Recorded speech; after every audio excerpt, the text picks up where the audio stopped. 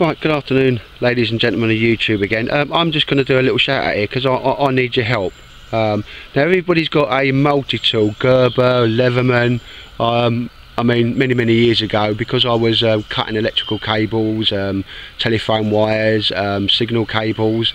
When they first came out, I think a lot of soldiers in the British Army went out and bought them. I remember having an early version of the Leatherman.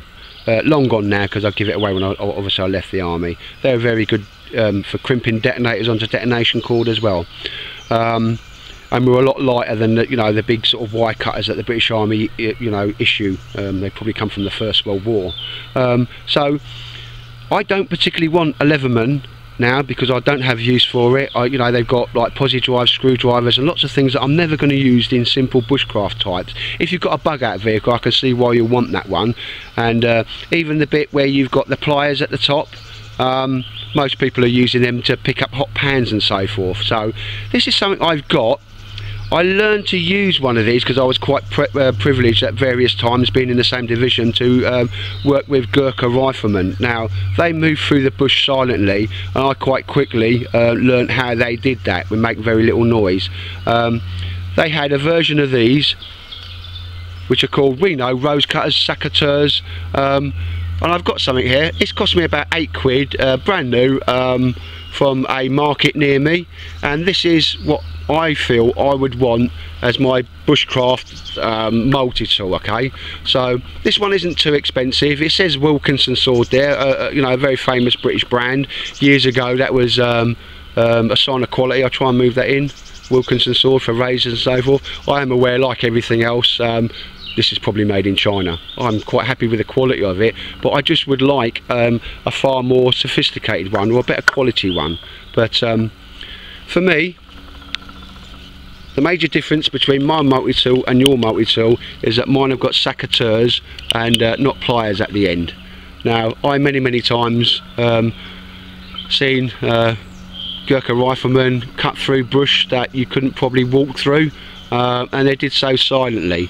And the way they did it wasn't a secret. Well, it's not going to be now. It's quite simply, when they couldn't get through a branch, as opposed to making a lot of noise, they would simply be cut.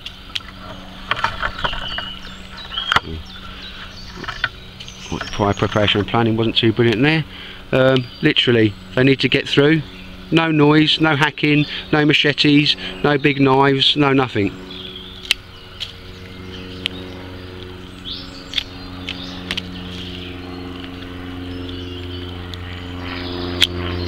Now you may think, well, probably no, it's not applicable to me, but just on this, the plateau that we're on, actually it's surrounded by gorse bush. And on the first day to get up here, I actually had these out my pouch, which is attached to my belt, and at face level and arm level I just cut all the thorns to allow us entry up onto this bank. Okay, safety reasons, you don't want this stuff sort of flicking back in your eyes and so forth, but rather than getting a big machete out causing all that noise, it was snip snip snip snip, and Barry followed me. Again, I'm very into and I'm going to be doing some videos on it because I'm still getting used to using it now, a Kelly kettle, and for that you very much need small kindling. Now it's all about economy of effort. When I need to produce small kindling for it,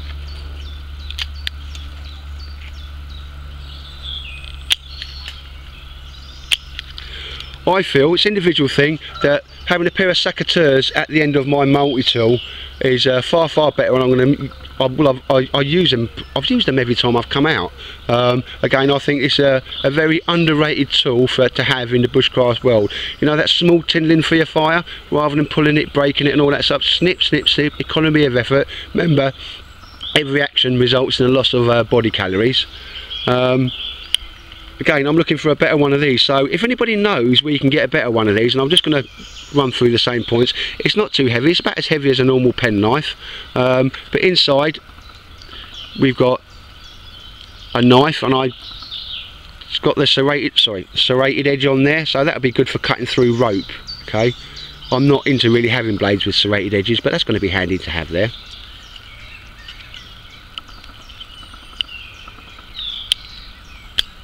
And a saw.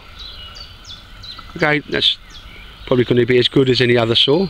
So all of these things I'm using so far, on the other side, be careful I do that here,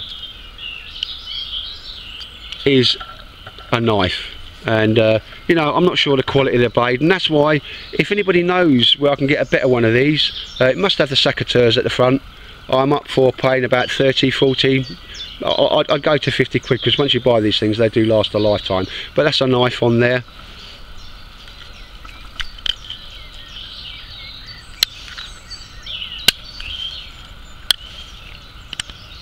Would help if I had some nails. I'm not 100% sure what that is, but just give us a second. Before now I have used that, probably won't sharpen the camera, that fork, and it's sharpened at the edge, so we'll start making feather sticks. This is obviously green wood, I've just picked it up the floor, but you see where that will go quite nicely just to making feather sticks there. That's how it's coming up. Thought it was going to make a liar out of me. So if that was a dry bit of wood, that's quite a nice little way, put it up so you can see it, of making feather sticks.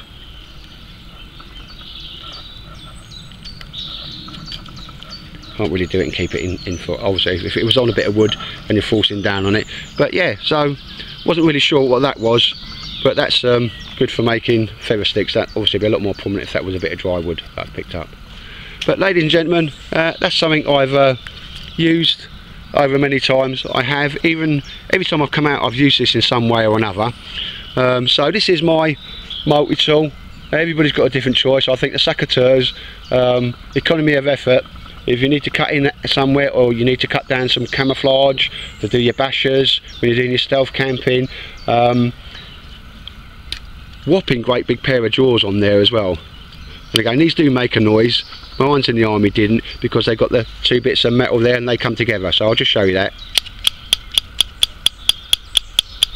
Obviously the ones we used in the army, because I went down to town, well I was actually in Colchester, to Jack's, a store that's sadly no longer there, and purchased a pair much the same, and they used to always stay on my webbing, and I used to kind of use them for many different things, you know, from cutting rope to all sorts. But ladies and gentlemen, before I bore you to death, if anybody's got an idea where I can get a high quality item that's much like that, I'm not too worried. It's going to have a knife, it's going to have a saw and a few other bits, but I'm looking for a really decent pair of secateurs, because this for me is my multi-tool.